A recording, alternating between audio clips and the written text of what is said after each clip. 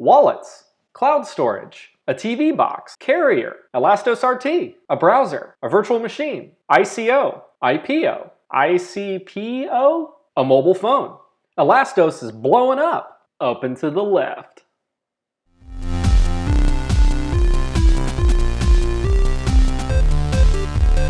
So there's no doubt that there are a ton of projects in the Elastos ecosystem, most of which are actually sponsored or really kind of led by the Elastos team themselves.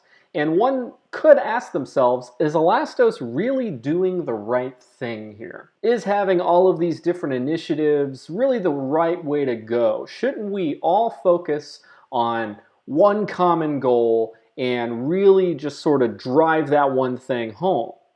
So I first ran into this issue whenever I was tinkering around with some of the Elastos code, trying to get some sort of end-to-end demo set up based on recent Elastos developments. So I was fumbling around and I came across the Node.js SDK wrapper for Elastos Carrier. And as I covered in my last video, Elastos Carrier is basically the peer network that allows Elastos distributed applications to communicate with one another inside of a private network, not necessarily using standard protocols over the open internet.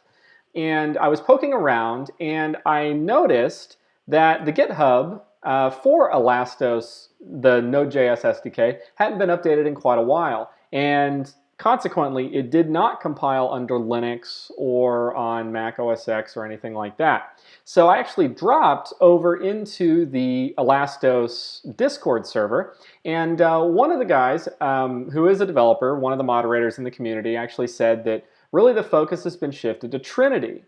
And it's an interesting thing because they have all of these different things, as I mentioned in the cold open.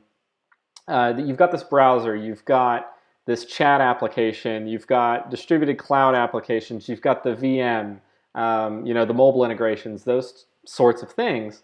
And this guy actually said, hey, we're really focused on the Trinity browser right now, and everybody's really kind of pumping in on that. So the question is, are they really doing the right thing? And honestly, I think they are. Now, I'm not necessarily shilling, well, I'm absolutely not shilling for Elastos. As a matter of fact, my Elastos wallet budget is a big fat 0. That is the wallet balance that I have. I'm actually looking at Elastos purely from a technical point of view because I think that a lot of the hype that you see around this and many other cryptocurrencies and things like that are actually from investors. Obviously, they have a holding that they want to see appreciate and those sorts of things. I actually don't. I think Elastos is cool for a bunch of different reasons.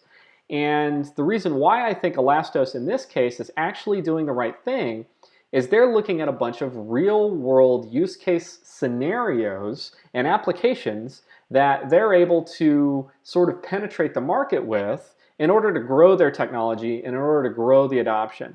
Most of the coins you see, the thousands that ICO'd over the year, are really just like, hey, invest in our coins, speculate on this, and you will grow. Your investment will grow. And Elastos, I think, is not necessarily taking it that way. So again, the whole point of having the TV box, for example, well, it's a lot of idle computing. And if you're running a carrier network outside of the blockchain, you've got a lot of compute power that's potentially sitting there idle when these TV boxes are actually not in use. So I will be looking at that keenly from an embedded OS standpoint, and also really because I am a heavy Netflix user, I'd be a heavy user of a TV box, and I think that it would be cool value add. That's how you win people over. That's how you win consumers over. Consumers, for the most part, don't really know what blockchain is.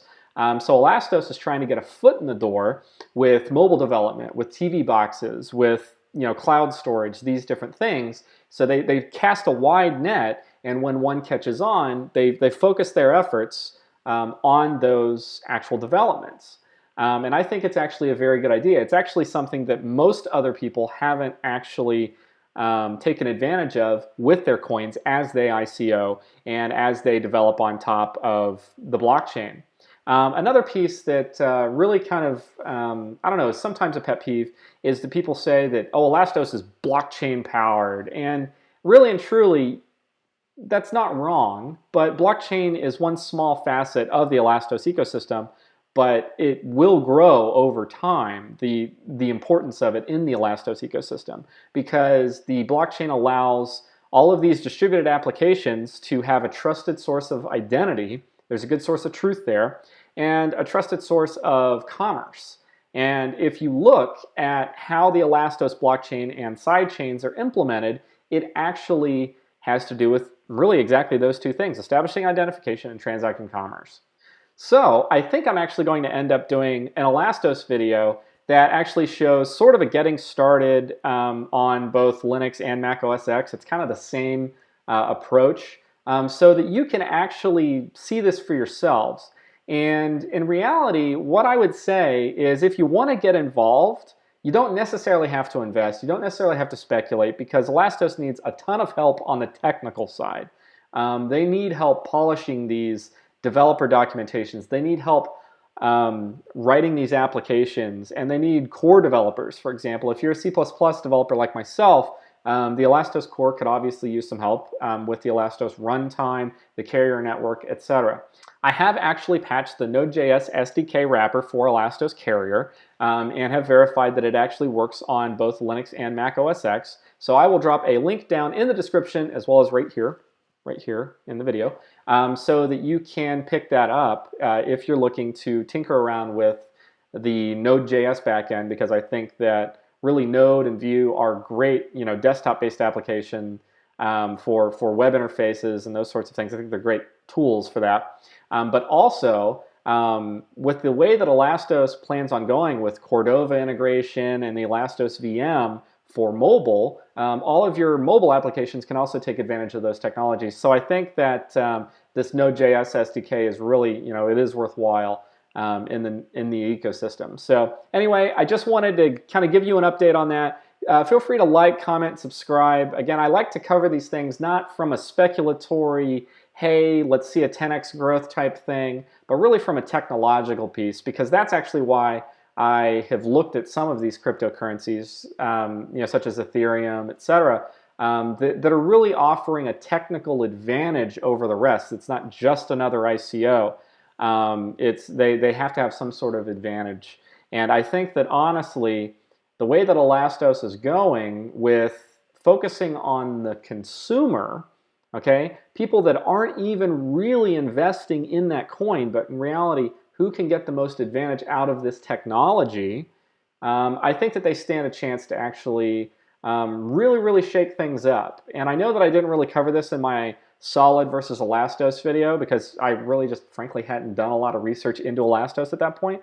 But in reality, I think this is a good thing. And I honestly think that, again, as I stated, they're coming in from two different angles, trying to tackle very similar problems such as decentralized data, data ownership and governance, etc. And obviously, I think Elastos is really gearing themselves up to do that. So anyway, if you have any questions, feel free to leave them in the comments. And again, like, comment, subscribe, and I'll see you in the next video.